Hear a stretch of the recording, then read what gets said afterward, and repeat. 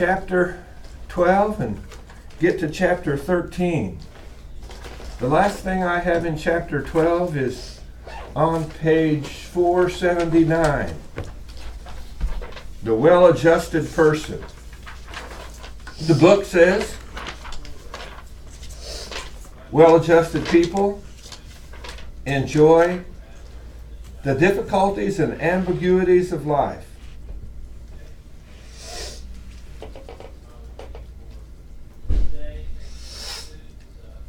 I don't know if I enjoy the difficulties of life. I enjoy solving, I enjoy overcoming difficulties. I enjoy resolving ambiguities. They do not sidestep them through unthinking conformity. Yeah, that's it.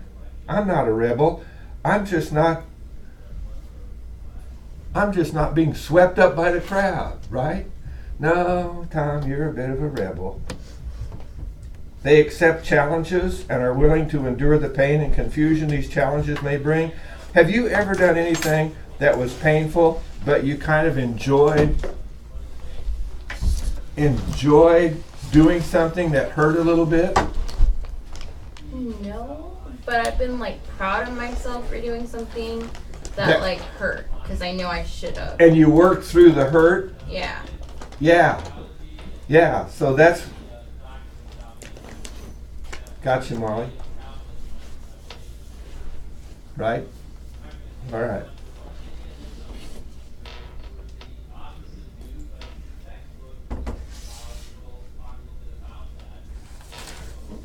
We're on page 479, talking about well-adjusted people. Other psychologists maintain that well-adjusted people have learned to balance conformity and nonconformity. Here's the concept of being a balanced person. I know when to stand up and speak up and say that's not right, and I know when to just go along and get along and not cause waves. You know what I'm talking about? Sometimes we use phrases like, it's not worth arguing about. And other times we go, I'm sorry, but I'm taking a stand on this one. Because I can't let this go by. That's what my wife says. Just let it go, Tom. Just let it go. You don't have to fix the whole world. Because sometimes I get a little put out when I see people misrepresenting the facts just so they can lead people down a certain path. That just really bothers me. And every now and then when somebody does that in a news report, I find out who wrote the article, I get their email address, and I send them an email, and I say something about, did you deliberately misrepresent the facts because you're trying to influence people's thinking, or were you not aware of that particular piece of factual information? I think that might be your assertiveness. That probably is my assertiveness coming through. And any idea what happens when I send out those emails? They get offended? I don't know, because I never hear back from them. Oh. Isn't that interesting? Here's what I conclude. Gotcha, Ethan. We're on page 479, talking about the well-adjusted person. Here's what I conclude. That if I say, were you just not aware of those facts? If I gave them new information and they were, and they realized they misled people, wouldn't you say thank you for giving me that? And I'll try to clarify that in my next expose. Or if you didn't like me pointing out the truth to you because you don't care about the facts, you're just trying to influence people, you would just not respond. So I conclude that most of those people know exactly what they're doing. And I think I have a Bible verse to back me up in that conclusion. The devil is a liar and the father of lies. And didn't Jesus say to those highly religious, lying people, that you're just like your father the devil in the Gospels? So I conclude, you know what? These people don't have a respect for the truth. They don't care about the truth. They just want to influence people to buy into their point of view, to think like they think. Consequently, you have to do a lot of your own homework. And that takes a lot of time. The people on the news make some statement and you go, what? And so then you go check it out, and sure enough, you find that they've misrepresented the facts.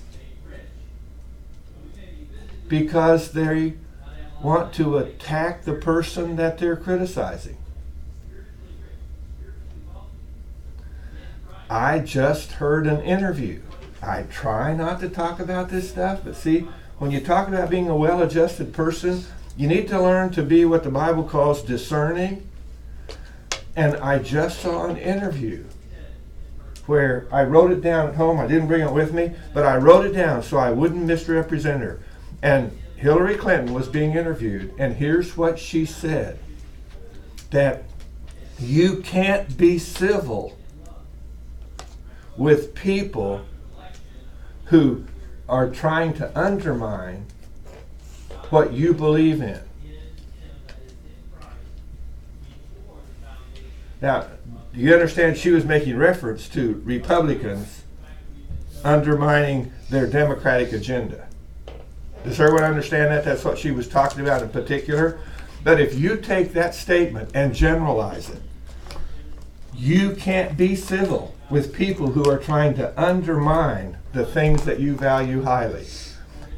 What are some things that we Christians value highly? The right to life. Should unborn children be given an opportunity to live, irrespective of whether or not the mother wants them to live? Yeah. Okay. Now, according to Hillary Clinton, if anybody does anything that goes counter to that heartfelt belief we have, we should be practicing civil disobedience to stop that process. But when some Christians did practice civil disobedience a few years ago to stop some of this stuff that was going on, what did the media say about them? They have no respect for the law. They have no respect for an orderly society. You can't just go around invading people's space and doing things that are uncivil. That's not the way civilized people live. And consequently, a lot of Christians kind of backed away and say, okay, we'll walk on the other side of the street. We'll not stop people from going in. We'll give them information. You understand? They took a more civil approach to expressing their objection to terminating little babies' lives. Now, what she just said, I mean, I got to get her email and send her. I said, so are you suggesting that the Christians in this world who feel very strongly about children, unborn children having a right to life, should start to practice civil disobedience toward those who have no regard for that life? Now, what do you think she would say to me if she wrote me an email back? No, it's the law of the land. The Supreme Court has ruled you must live in accordance with that in our society. Because that's one of her talking points. That's one of her favorite beliefs. I don't know if you know this, but I guess her daughter came out and said that if the Supreme Court were to overturn Roe v. Wade, that would be unchristian.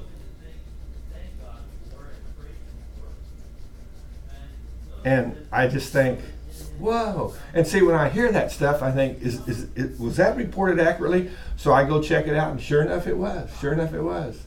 But you understand that often what people are really saying is, if you don't agree with me, it's okay for me to be disrespectful of you because you're some kind of a radical nutcase.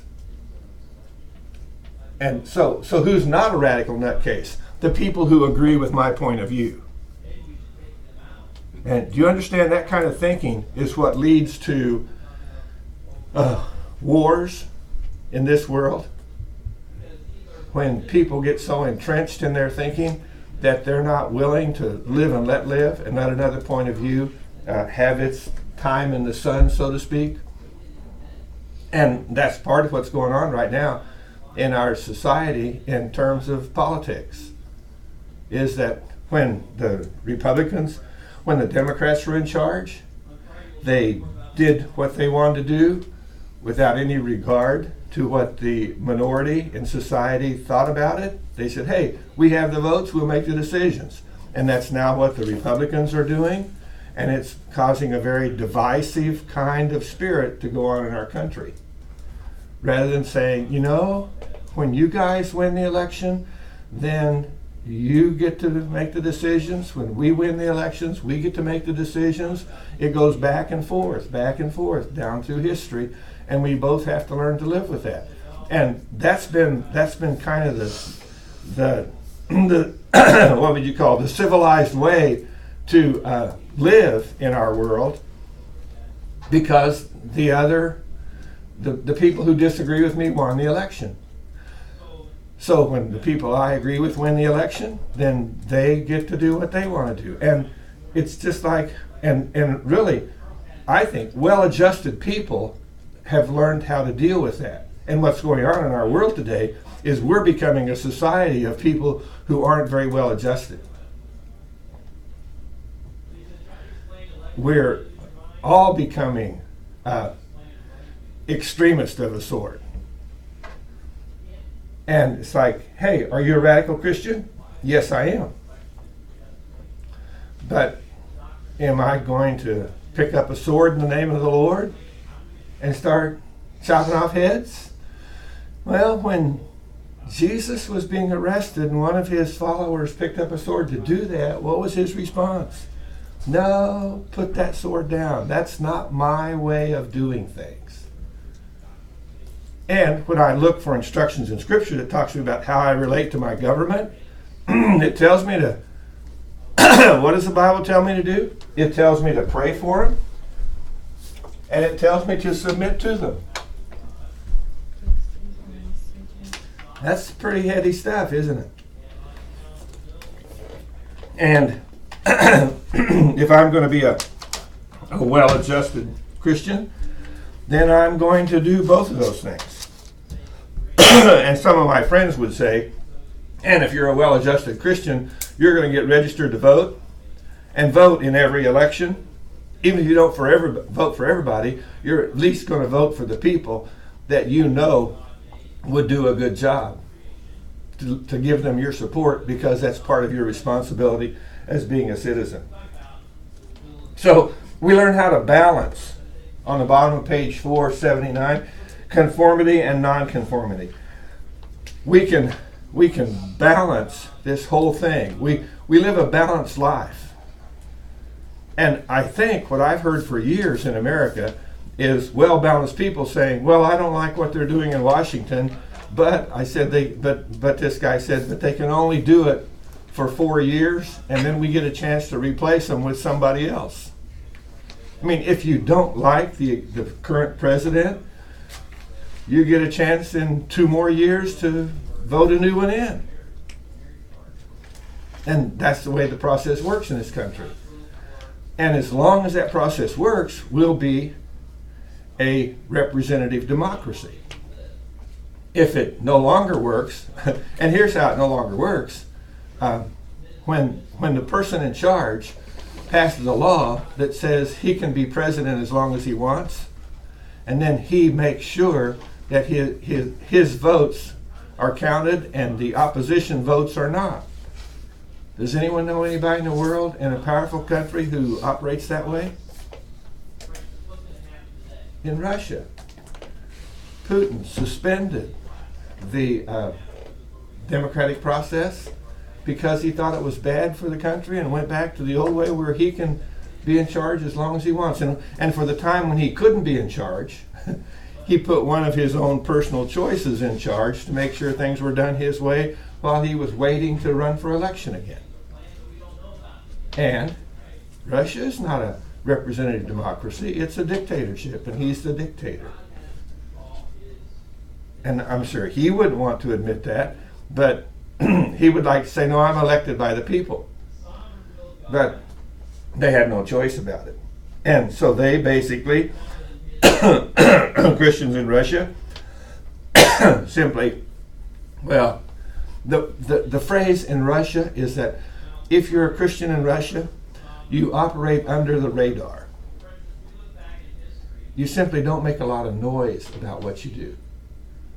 If there was if we had to operate that way in America, what is that radio station that people have stickers on their car that they says they listen to? Is it K-Love? They give out stickers.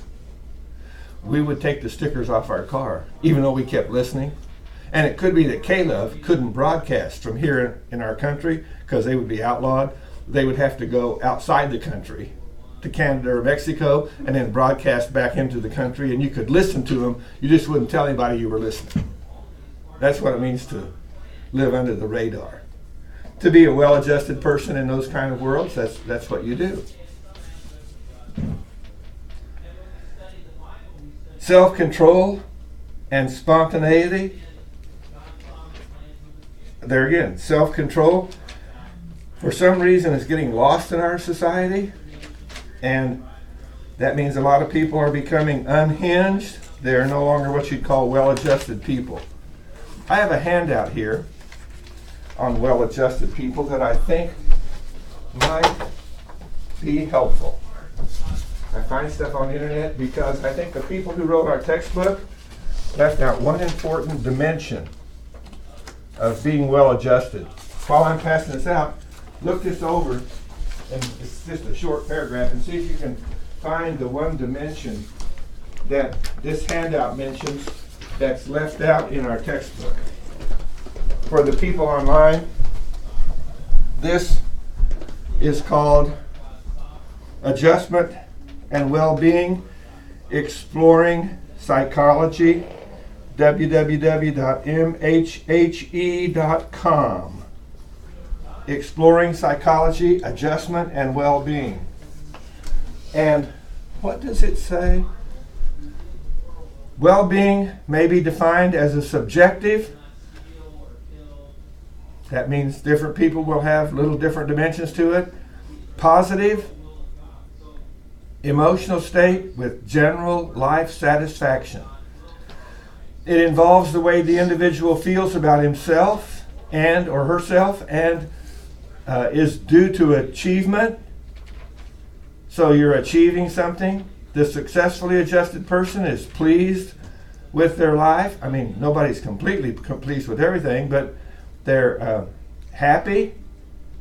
College students were happy if they were getting good grades, making friends, achieving goals, and had enough money. You go, let's see. I'm getting good grades, I'm making friends, I'm achieving goals, I don't have enough money. Well, see, you got 3 out of 4, so you say, guess I'm doing okay. I'll just have to be careful with the money stuff.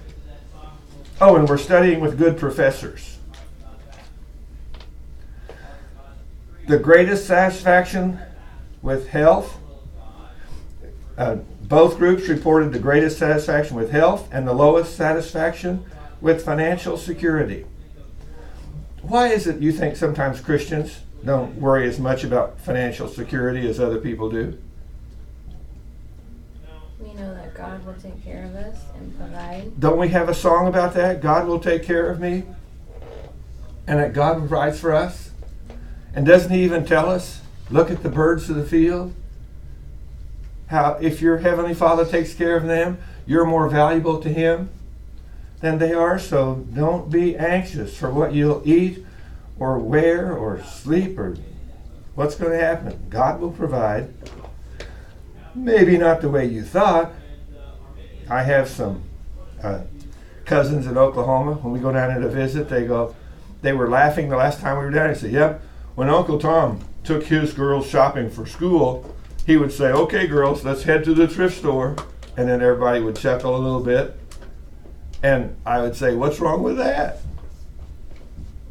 I save a lot of money doing that." They go, "Yeah, but wouldn't you like to go to a store and buy the latest fashion?" And I go, "Cha-ching, cha-ching, cha-ching. I just work too hard for my money to spend it like that." And they all kind of laugh again. But see, that lack of money doesn't bother me. And I said, "It really doesn't bother me to live like this." And then one of my cousins said, actually these were nieces and nephews talking, and one of my nieces said, "Well, it ought to, because that's not right."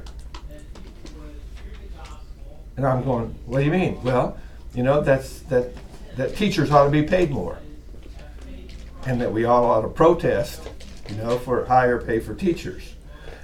And my response was, actually, I don't think teachers ought to be paid more. I think athletes ought to be paid like teachers, so everybody can afford to go to sports events, because you wouldn't have to charge as much for a ticket if that were the case. Because isn't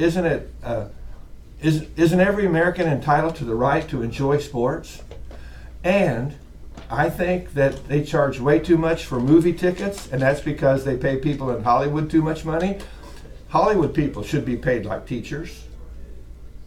Then the price, then you could still go to the movies for 50 cents, and everybody could afford to do it. And so after I get through with all the sports figures who make a lot of money, and all the people in Hollywood who make a lot of money, who do you think I talk about next? And the guys in Washington who make all the laws, they ought to be paid like teachers too. See, if everybody was paid like teachers, look how easy it would make for all of us to enjoy the good life. Now, if I had the power to go to Washington and introduce legislation that would tell in every state, every athlete and every person in athletics and every person in entertainment had to work for the same scale that teachers work for, what would happen? Not as many people would do it. I don't know what would happen. I'm thinking that would I get enough votes for my legislation to pass? I'm thinking the athletes wouldn't vote for it, and the entertainers wouldn't vote for it, but would the everyday people out there maybe say, "That's a good idea. Let's restrict their pay, just like let's put them on a pay scale like teachers." Because what they do is offer a service that's consumed by the masses of people in our country. Well, anyway, my nieces and nephews thought, "Uncle Tom, that's the dumbest idea." So it isn't that I think teachers ought to be given a lot more money. I just think there's a whole lot of people in this world who are paid way too much for what they do. And it makes it, and to pay them that much, you have to raise the tickets that you sell for people to get to enjoy it. And if I'm thinking, no, just even it out. And of course, somebody would say, "Well, yeah, you're wanting to become like a socialist country where the government provides free entertainment and excuse me, and has free athletics for all the people." Goes back to that old Roman notion about if you have a circus and give bread to the people, you'll keep them happy. And then, of course, my last group was the people in Washington who passed the laws, ought to have to live by all the laws they pass. My first suggestion, if I was in Washington, would be if you want to do something for health care in America, make the health care program that you guys have in Washington available to everybody for the same price that you pay for it. Do you even know about the health care program they have in Washington for representatives and senators? Well, you might do your homework and find out about it. And if whatever you provide for the rest of us is good enough for us, it ought to be good enough for you too. And you ought to put yourself there. They have, okay, when they retire, do they go on Social Security like everybody else? No, they have their own retirement system that's separate from Social Security. Why don't they put themselves under Social Security like the rest of the world? Well, because now you find out that no matter what kind of society you live in, whether it's a representative republic, a democracy, or a dictatorship, the people in power always take care of themselves and pay themselves better than everybody else. Okay, did anyone see the one thing in here that's mentioned? Meaningful religious faith. Where did you see that? It has a Diener's list or something. A meaningful, say that again? A meaningful religious faith. A meaningful religious faith. There it is, right in the middle of the page. Diner, 1984, reported that happy people tend to have high self-esteem, a satisfying love relationship, a meaningful religious faith, and sufficient social activities. Did God create us to be religious people? Yes. He created us to have a relationship with Himself. And the people who refuse to have a relationship with God end up satisfying their urge to relate to God by developing religions. And sociologists who study people groups are always surprised at this dimension of religion. And they keep asking, why is this, no matter what culture you go to, why is every culture religious in some way? And of course, what's the answer to that? Because God created us to have a relationship with Himself, and if we refuse to have a relationship with Him, then, well, Romans talks about we start worshiping idols. In some countries, if you reject God, you worship your ancestors. In this country, a lot of people who reject God worship money. I mean, you can just see where people replace that inward drive to relate to God with relating to something else. Okay, that's enough of that. I think we have finished up chapter 12, so we can talk about chapter 13. We do 13 today,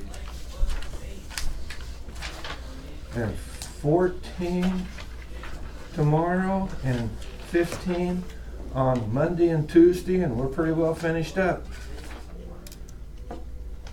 I mean Monday and Wednesday, and you don't have class next Friday, isn't that right? Okay, so chapter 13, a chapter on psychological disorders.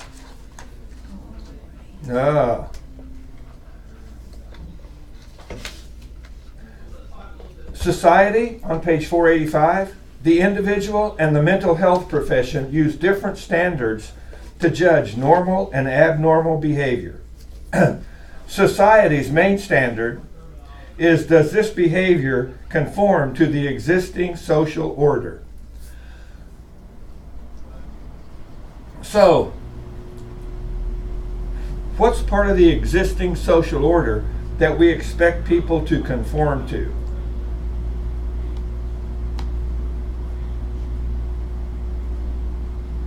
Have you ever been any place where you've seen the police taking somebody into custody? What was that person doing? They had drugs on them. What? They had drugs on them. So, if the existing social order says that possessing drugs is a psychological disorder,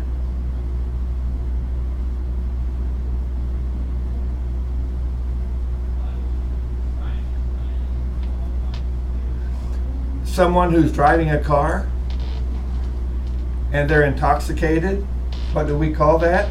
driving under the influence, Yeah. and we say, pull them over. That's not allowed. That's not conforming to existing social order. Why don't we want people driving cars when they're intoxicated or under the influence of some kind of drug? Because they can kill people. Because the car they're driving is a dangerous machine that can kill somebody, and they shouldn't be operating it unless they're in their Right state of mind. right state of mind. And if you're not, then there's something wrong with you. And it used to be, if there was something, well, somebody said, well, I can't help it, I'm an alcoholic. Well, then guess what? If you're an alcoholic and you keep driving, we're going to take away your license to drive and you won't get to drive anymore. Now, see, that used to be the thinking in our country. If the guy is an alcoholic and he keeps driving a car, then we'll take away his license. And if we take away, because nobody would drive a car without a license, right?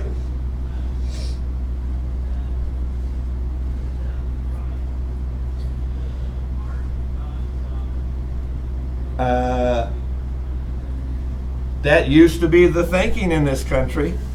If you didn't have a license, okay, when cars first came out, you didn't have to have a license. You just, if you could buy a car, you could drive it. And there were no rules for the road either. Just everybody did what they thought was right in their own eyes. And then there got to be so many cars on the road, somebody said, you know, we're going to have to make some rules for the road, driving rules. And then after a while they said, we're going to have to decide that for people to drive, they have to have a license to drive a car because it's a dangerous machine. Now, the first ones weren't all that dangerous, but they eventually got dangerous, so now they have to have a license. And if you lose your license, you don't drive anymore. Now, that used to be the common, what did they call that? Existing social order said if you don't have a license, you don't drive a car. Now, today, I've actually read articles about guys who drove their car downtown to go to court to try to get their license back. In fact, I just read about a lady who is an illegal immigrant who lives here in the United States, and her husband has citizenship, and her children are born here, so they have citizenship, but she never got around to getting her citizenship. And one day her children missed the bus to go to school, and she doesn't have a license, but she had to take them to school, so she got in the car and drove them to school and broke one of the traffic laws, got stopped. They found out she didn't have a license. They arrested her, found out she was here illegally, and sent her back to her home country. And her kids are saying, my mom didn't do anything wrong. I'm going, yes, she did. She drove a car without a license. Well, that's not wrong. You understand how society changes? To where now, in fact, do you know anything? Okay, you drive a car, so you have car insurance, right? Have you ever looked to see what you pay for all the parts of your car insurance? Okay, you say, I don't know. My mom and dad take care of that, and I just drive the car, okay? Well, when you start paying for it, you'll look at, and they'll say, there's a fee that you pay every time you pay your insurance premium for something called uninsured motorist coverage. What is that? That's in case somebody who doesn't have insurance, because did you know you're not supposed to drive a car without having insurance on the car? That somebody who drives a car without insurance runs into you, then you just purchased insurance that'll pay for your injuries because they didn't have insurance. It's like, wait a minute. But in our society, the existing social order says if you buy a car, you buy liability insurance, so if you injure somebody, you can afford to pay for their injuries. A certain amount for bodily injury, a certain amount for property damage, and then uninsured motorist in case someone doesn't have insurance. Often people will buy insurance to get the car licensed, and then after the car's licensed, they'll cancel their insurance and drive without it. And now we're finding that people drive without a license. I mean, now, I know this is just an old guy talking, but I love, when the leaves start changing, I love to drive to southern Missouri and drive out in these little narrow, see, when you drive down the interstate, the road's so wide you don't get to enjoy the beauty of the trees. Would all of you agree? So you drive on a little 2-lane road, and you get down to southeastern Missouri, and the roads go up and down like that. Well, you know why it's not dangerous to drive like that in an orderly society? Because they have little yellow lines on the road, right? That say what? No passing. And everybody respects those yellow lines, right? See, it used to be that everybody did. Now, so few people respect the yellow lines that I don't drive on those little 2-lane roads.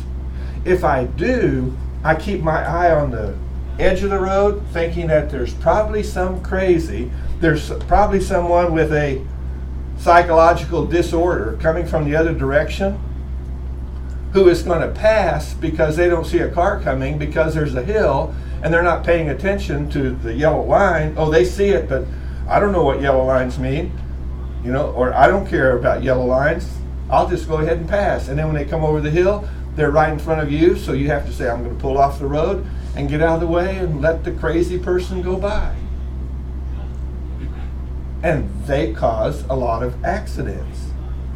So you see, when you talk about they don't conform to the existing social order, people who don't conform or who are social order nonconformist, you do that often enough and you lose the privilege to be free. You go to the store shopping, you see something you want, you go, oh, what does this cost? And it costs more than you have in your pocket in money, so what do you do? In an orderly society, what do? You put it back, right? Well, what do people with a psychological disorders do?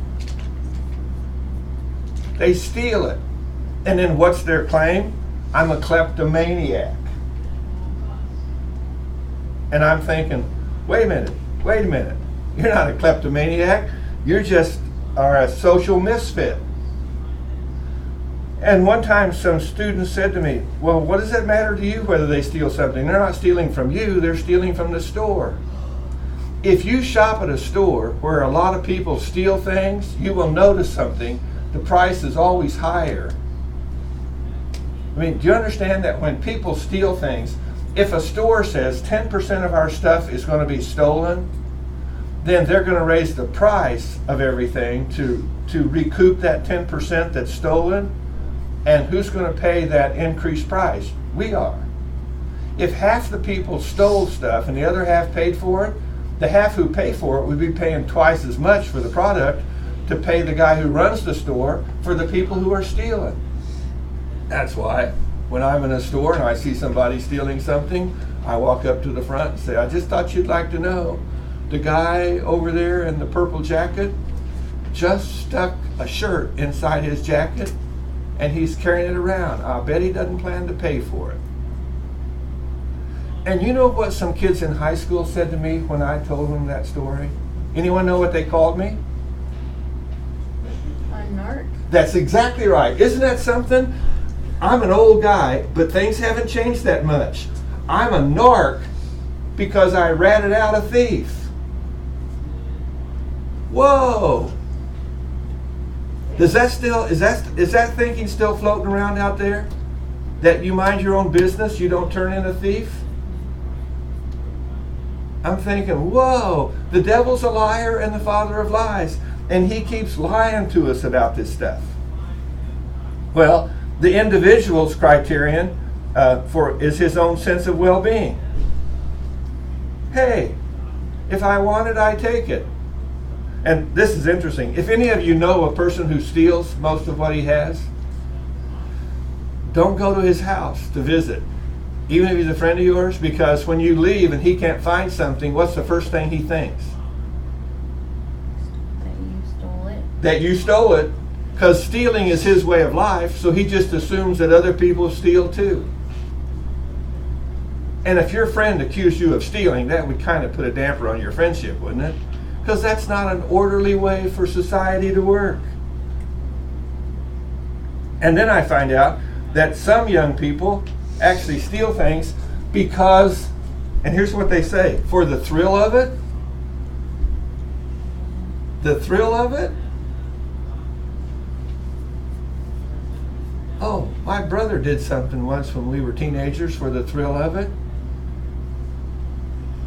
Oh, well, actually what happened is we were up in the top of a barn where they store hay, and there's always this big door where they put the hay in that's probably about 12, 15 feet off the ground. And somebody dared him to jump out. So they dared him, so he did it. He jumped out, landed on his ankle, twisted it, hobbled all the way home, about a quarter mile to our house. And I'm walking down the road thinking, what a knucklehead. What a dummy. Well, he dared me to. So what? I dare you to stand in the middle of the highway and on the little white line and watch cars go by, and you're going to do it? Well, if you dare me to. Thinking, hey guy, the light's on but nobody's home. Think it through. That's not the way an orderly society works. But it's like, well, it just makes me feel like I'm important. Don't do that. I told a grandson of mine one time, because he's had people dare him to do things, and he's kind of inclined to do it for whatever reason, social relationships, whatever. And I said to him, I said, hey, I just read in the paper, some guy in England was dared to swallow a slug. He swallowed it and it killed him, because those slugs are full of poison. So if anyone ever dares you to eat a slug, say, you first. And then they'll die and can't tell you that you're afraid to do it. But don't do it. Oh. Professional psychologists look at personality characteristics as well as personality discomforts and how well you function in life. So the table on the next page gives a little perspective on psychological disorders, society's perspective, the individual perspective, and the mental health professional's perspective. And just remember, what's an orderly world? Society where people assume responsibility for their assigned social roles. They conform to prevailing mores. They follow the rules of society. They meet situational requirements. You know, this amazes me. If a student comes to Calvary and he finds out he needs to get a job to help pay for his education, I don't know if you know this or not, but if you go into Belton or Raymore or Grandview, because our college has been here for a while, if you go to one of those towns, one of those places, and you walk into a store and say, I'm looking for a job, okay, if they say, I'm not hiring, you go, well, you might have an opening in a week or so could I go ahead and fill out an application? And then when you fill out the application and you put down that you're a student at Calvary Bible College, you will probably get hired. What? It's true. It's true. Because the kids at this school have a reputation of showing up on time when they're told to be to work, doing what they're told without arguing about it, and not stealing from their employer.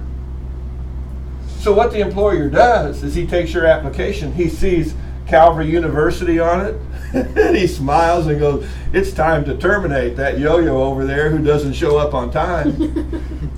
And I tell students, when I used to advise students here on it, I would tell my new advisees, the people who've gone before you have done you a favor for getting a job in this town. Don't mess it up.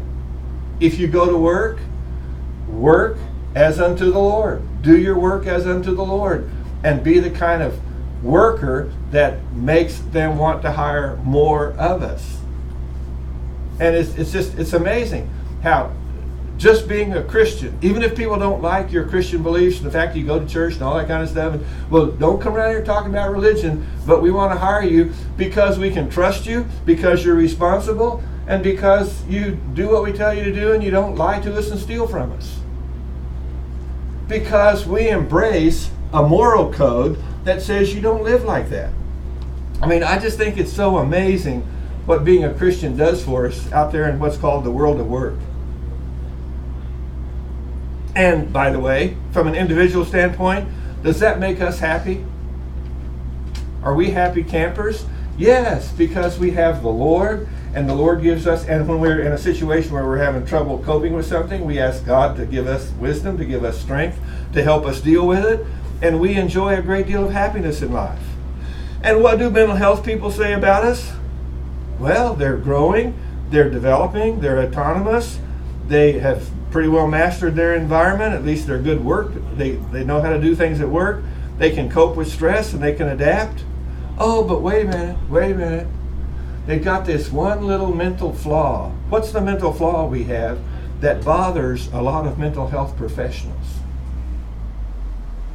We are too religious.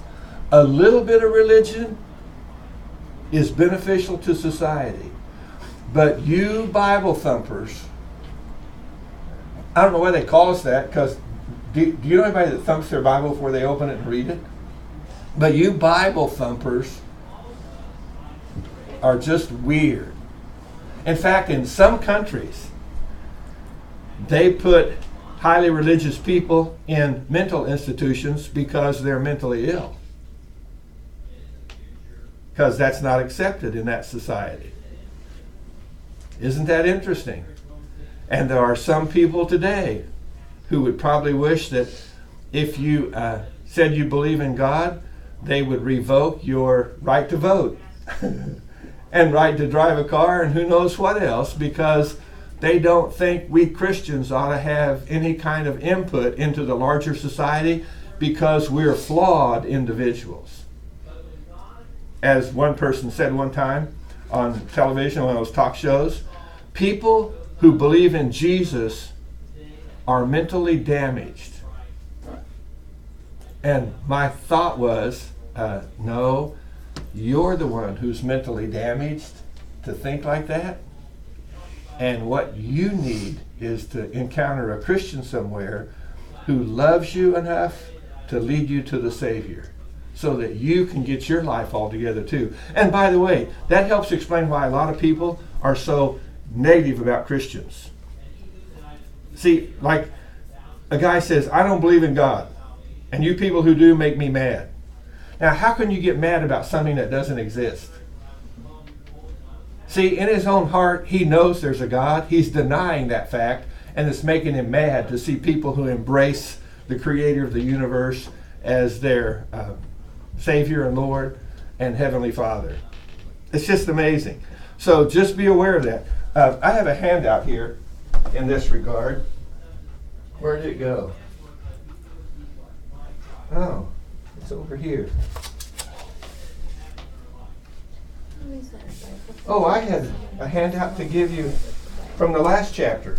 I'm going to give you another one of these little Philippians 4, 6, and 7 things, because we're coming down to the end of the chapter, and it could be, the end of the cycle, and it could be something's making you nervous or stressing you out. So you can use another little stress reliever to get a break in life. And the other thing I'm going to give you, it's going to help you take charge of your life. This will help you get rid of the stress, and this will help you take charge of your life. And some of you will like it, and some of you won't.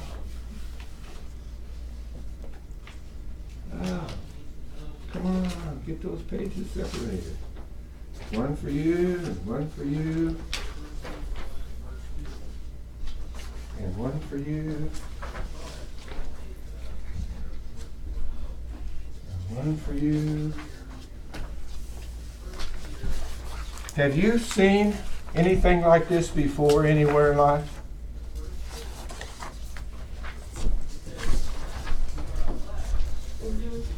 Where have you seen it? We did something like this in college life seminar You did? when I came in freshman. Oh man, how cool is that? For the people online, I'll upload one of these. It's called How to Use the Time Management Worksheet. It's what it is. You turn it over, and it's a little calendar of your whole week. And on the back, it tells you how to use it. And you say you did this in college life here. Mm-hmm. Okay. Years ago, they were doing this in college life, and then somebody quit doing it. So when I found out they weren't doing it anymore, and I used these when I used to advise students, because sometimes in college life they give you so much stuff, you kind of put it in a packet or put it in a file and file it away, and then later in life you say, I think I could use that, where'd it go? So I started giving these out to my advisees when they would come to my office and be stressed. And then when I quit having an on-campus office and just taught classes, I thought, okay, what classes does this fit in? And I use this in this class and in another class I teach called Administrative Process, where you actually, and Seven, have you done this, filled it out and worked with it? Mm-hmm. Did it help? Or was it just a burden to fill this thing out? So they didn't have it. They wanted us to record as we went, not plan everything out beforehand. Okay, because, and that's a good use of this, because sometimes you say, I'm not sure what I'm, so it's like by filling out as you go, you're actually getting a picture of how you spend your time, and then once you see how you spend it, then you can start to fill out another one and say, you know, if I don't have enough time to get everything done I want to get done, if I look to see how I spent my time, then I can better make decisions of how I want to spend it next week. And some people thought this was great, and other people felt like this was kind of a burden. I think a lot of it has to do with your personality. But if you already have everything under control, you don't really need something like this. But if you're looking for a way to get things under control, then this will work. And the one thing that I used to tell people to put on this sheet that often people were reluctant to put down is I said, okay, while you're planning your week, be sure and plan some time for, let's see, what were we talking about the other day? What do you do just for fun? Play video games? Or play card games? So put some time in your week to play some video games or to play some card games. I mean, don't cut all the fun out of your life. Plan some time to do some fun things. Just don't spend your whole week doing fun things. Okay. So, the history of psychological disorders on page 486 and 487. There's the biological model that some people malfunction because of biology. And is there some truth to that? I mean, can there be something happen inside our body that can mess us up psychologically? Yes. So it can be physical. Can some of us just have some wires not connecting right in our brains? Some of those electrical impulses malfunctioning and cause us to think unrealistic thoughts or to think strange thoughts? Yeah.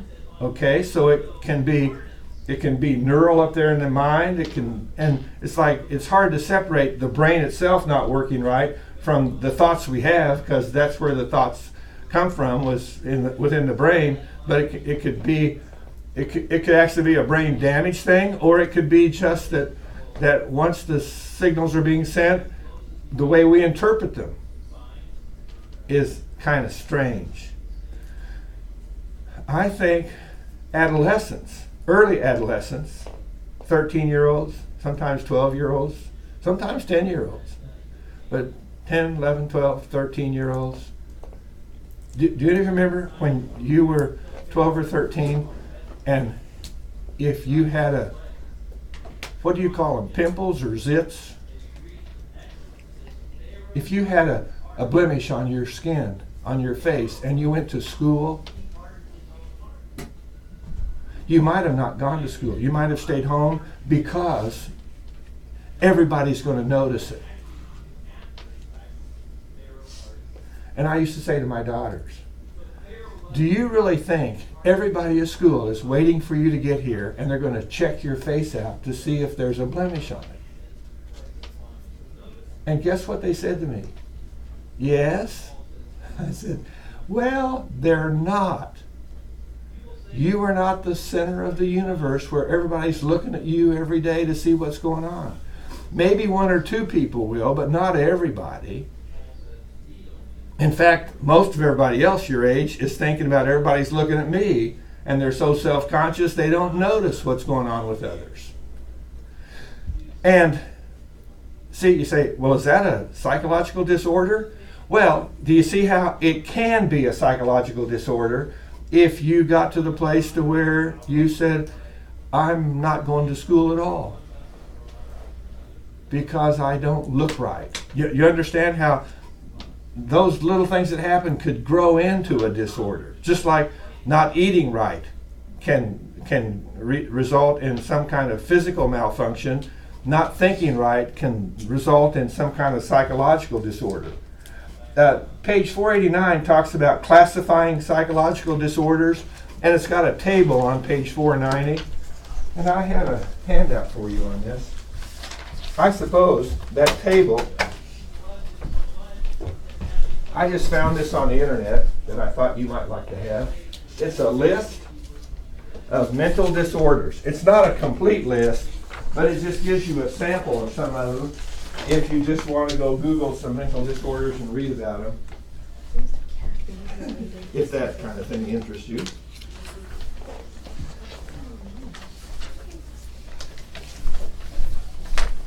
And you'll see that you can look at the list of stuff and see it says examples there. And they show examples on page 490. And you can find a lot of those examples on this list. But this list isn't exhaustive either. You'd have to go on the internet to look up the diagnostic categories of DSM-V, and you could see a whole big document on the internet that shows a complete list of all of them. Probably what would be helpful is to know something about the DSM.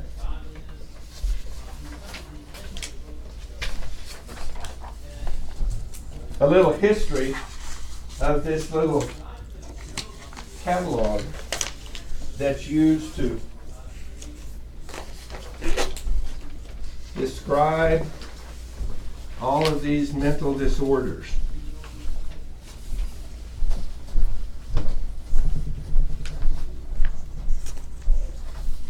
And for the people online, this is called the DSM-V5 Classification and Criteria Changes.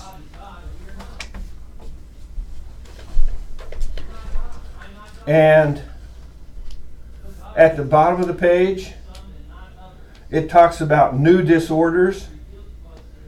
This was published in 2014. Hoarding has been added as a new psychological disorder. Hoarding. Yeah. I'm sorry, but I agree with that one. There are some crazy people out there. Okay, see? And now Florida is where a lot of people retire, and that's often where you read about that they go to someone's house and you can't even get in the house to rescue them because the house is from floor to ceiling full of They find dead animals and stuff that they're hoarding. So it's like, well, probably everybody hoards something once in a while. I mean, so what would you call a kid who collects baseball cards? Well, he's not hoarding unless his room's full of them. But you see, it's like there's a lot of behaviors that become a psychological disorder when it goes to an extreme, when it crosses a certain threshold. And pediatric bipolar disorder. Well, the next one on this list is chronic irritability.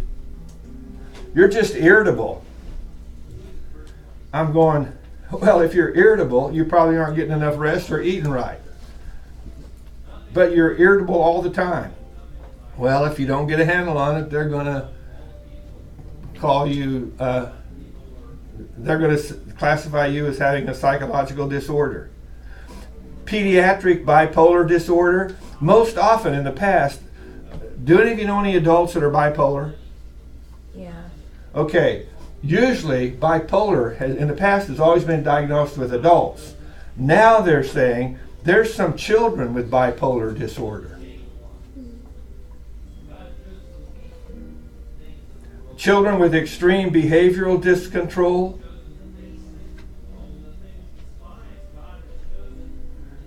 But non-episodic irritability no longer qualify for a diagnosis of bipolar disorder. Instead, they're called DMDD.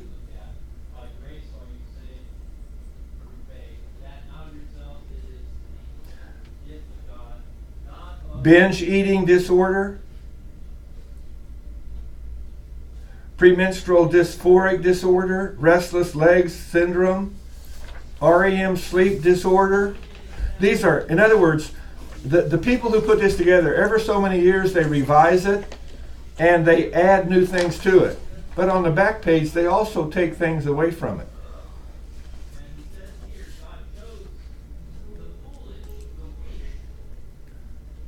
Under the DSM-IV, individuals exhibiting symptoms of major depressive disorder were excluded from diagnosis if they had lost a loved one in the past 2 months. So you're not depressed, you're just going through bereavement. And this also mentions that in 1973, the American Psychiatric Association removed homosexuality from the Diagnostic and Statistical Manual for Mental Disorders. Some psychiatrists fiercely opposed this action and circulated a petition calling for a vote on the issue by the association's membership. That vote was held in 1974, and the board decision was ratified. Now, did everybody vote for it? No. But a majority of the psychiatrists in the American Psychiatric Association voted for it, so that ratified what the leadership had said about removing homosexuality. Prior to 1973, the Psychiatrist of America said homosexuality is a mental disorder. There's something wrong in a person's head. And the textbook, if you've read this chapter already, at the end of this chapter, when it talks about sexual disorders, it actually talks about children who are confused, children who suffer from gender identity disorder, means they can't figure out whether they're a boy or a girl in their minds. So homosexuality has been removed from the list, but they still have gender confusion for children as being a psychological disorder. A new diagnosis, ego-dystonic homosexuality, was created in 1980. A persistent lack of heterosexual arousal, which is the patient experience that is interfering with maintaining their heterosexual relationships, and a persistent distress from a sustained pattern of unwanted homosexual tendencies. So what's going on here? It's like, here's a person who is having trouble accepting their sexual feelings. Now, it doesn't mean that every homosexual has trouble with those feelings. Some do and some don't. In fact, when you look at the end of this chapter, when it talks about sexual disorders, it talks about pedophiles. Do we all know what a pedophile is? He's a child, he's an adult who is sexually aroused by little children. And I mean, don't you just hear yourself saying, that's sick? And in fact, that's illegal and that's immoral. But would it surprise you that some pedophiles decide that the best place to work would be to be an elementary teacher in a public school someplace in America? Because they could earn a living as well as satisfy their perverted sexual desires. So yeah, but if they're found out, won't they get fired? Well, a few years ago, there was a teacher on the East Coast who was told once it came out that they were a pedophile, that they were allowed to keep their job so long as they didn't interact with any of the children in an inappropriate manner. I'm thinking if I lived in that town and my kid was in that school, I would be looking to sell my house and move to another school district, personally. I just wouldn't want to live there. And that would just be a choice I would make. And I say, hey, and that's some of the choices I make. I simply am not interested in living in a state where that kind of thing is permitted, or in a school district where that kind of thing is permitted. But understand that this stuff changes. And by the way, we might as well bring this up here. Just like when this was passed, not 100% of the people who are members of the American Psychiatric Association voted for it, but a majority did, and it passed. And do any of you know the history of Roe v. Wade? I mean, when people say a woman's right to have an abortion has been settled by the Supreme Court. Okay, how many people on the Supreme Court? How many people on the Supreme Court? 9. Thank you very much. I knew somebody knew that. Yeah. Now, was the vote on Roe v. Wade 9-0? No. Probably not. You say, I don't know what the vote was. Would it surprise you that it was 5-4? Yeah. Is it really? Yes. One Supreme Court judge made the difference as whether it was passed or failed. Now do you see why people who want to maintain their personal right to destroy the life of a little child are so adamant about who should not be on the Supreme Court? I mean, you say, why does it matter? If they're qualified judges and they have a track record of being judicious, let them serve on the Supreme Court. Well, we don't want anybody messing with what was passed 5-4 years ago. And I'm thinking, you know, before that was passed, it was illegal. Then it was passed. It could someday go back the other way. And what I'm hearing people say today is that if it does, or we have to make sure that doesn't happen, no matter what. We have to keep that law on the books, even if it means being uncivil to the people who disagree with us. And that's a dangerous mentality in our society. I mean, when that was passed, can you imagine the shock that Christians said, what's happened in our country? I said, well, what's happened in our country is the case went to the Supreme Court and they ruled 5-4. So that's life in this society. 5 of those judges. And that's when I think a lot of people said, you know, it is important as to who serves on the Supreme Court as to how they rule.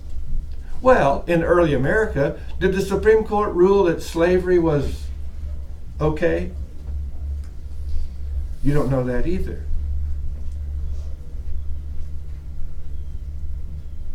Maybe I should just take a look at the books you studied when you were in high school and grade school to see what they taught you in history class. I read an article. Now, I'm just asking a question here. I'm just curious about this. Since you don't know some of the things I'm talking about, and it wasn't in your history books or in your curriculum, I read someplace that a lot of history curriculum talk about the people in Hollywood. You're shaking your head yes? Please do not tell me that history in America includes Hollywood.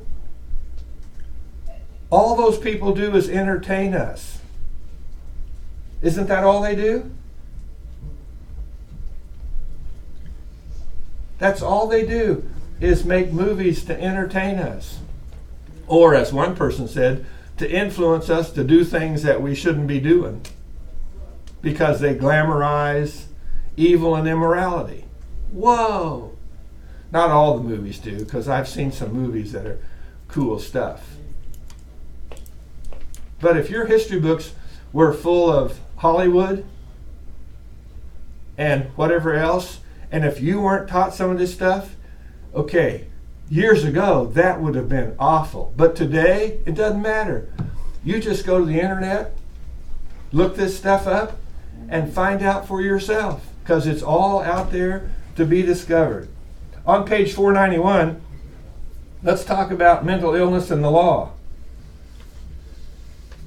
Right in the middle of the page, maybe we should say that, we better talk about the prevalence of psychological disorders. It says on page 491 at the top of the page that about 15% of the population have experienced a clinically significant mental disorder, and 6% a significant substance abuse disorder. You go, only 6% have a substance abuse disorder? Now, more than 6% have abused substances, but it hasn't turned them into addicts. You understand what they're talking about? It hasn't destroyed their lives. I mean, I'm in the grocery store waiting to check out. Then here's the guy in front of me, and he's got a 6-pack of beer and a gallon of milk. And he's coming through to buy, what's he doing? It's on Friday. He's going home. He's buying beer for him and milk for his wife and kids. Agreed? They ring it up, and he goes, he pulls out and he said, oh man. He said, I don't have enough to pay for everything. So which does he put back? Well, he should have put back the beer, but That's exactly right. I mean, would all of us agree? If he was going to conform to social mores, he would put back his beer for the sake of the milk for his wife and kids. But he didn't. And I was just shocked. And I stood there, and then when I got to the car, I thought, oh man, Tom, why didn't you think faster? What I should have said was, hey, here's some money to pay for the milk. Take it home to your wife and kids. That's what I should have done. I just was so shocked by it, I didn't think fast enough. Now that that's happened, when I'm in line and I see somebody making a mistake, I do reach in my pocket and say, I've got some money. I'll pay for it here. And they go, oh, thank you, thank you, thank you. And they go on their way like no one's ever done it. One old lady started crying. And the clerk said, I think you brought her to tears. I said, maybe no one's ever done anything nice for her. How sad would that be to live that long and no one ever does anything nice for you? I mean, you ought to try it sometime. Just do something nice for somebody just to see what happens. It's kind of cool. Okay, and I use a credit card for everything I buy, so I just carry money in my pocket just in case I need to buy something for somebody else. All right, we got to finish this chapter, so let's get over here. Now, see, this chapter talks about, leave this here. We're through with that. Where's my little sheet of paper here? This chapter talks about mood disorders on page 492. Most people, now see, this is important. Most people have a wide emotional range. They're capable of being happy or sad, animated or quiet, cheerful or discouraged, overjoyed or miserable, depending on their circumstances. Some people with mood disorders, in some people, mood disorders, this range is greatly restricted. They seem stuck at one or other end of the emotional spectrum, where they're always giddy and they can't get over it. They laugh at everything, or they cry at everything, or they keep swinging back and forth between the two extremes. So see, all of us have a range of emotions, and we're not experiencing a mood disorder unless we get stuck somewhere, or unless we experience these extreme back and forth kind of things. So, and keep that in mind for all this stuff. A certain amount of this, I mean, well, okay, we made mention of a pedophile. Okay, when you see a little kid somewhere, what do you want to do? Do you want to hug them? I mean, when you see little kids, you don't want to hug them. Well, I'm a grandpa. When I see little kids, I just want to hug them. But because of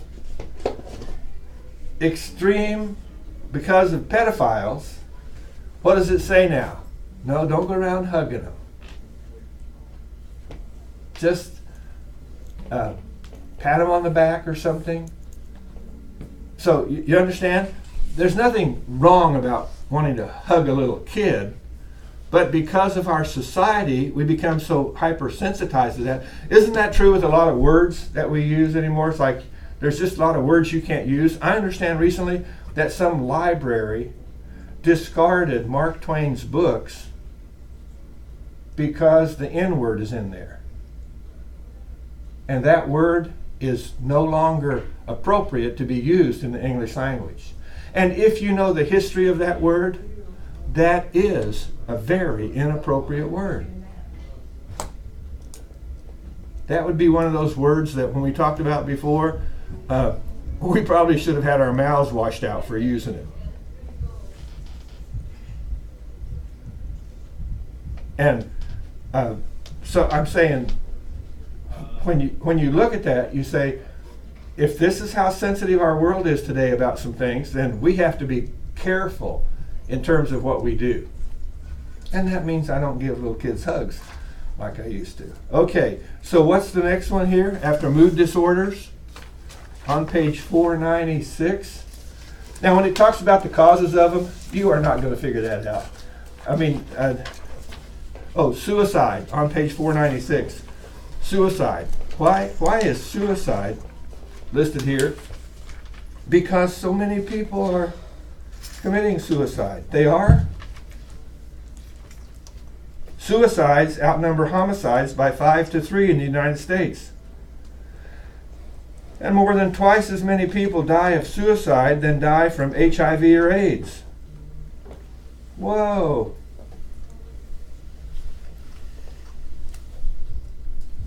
So, more than 29,000 people commit suicide each year. You know how many people there are in America? 300 million.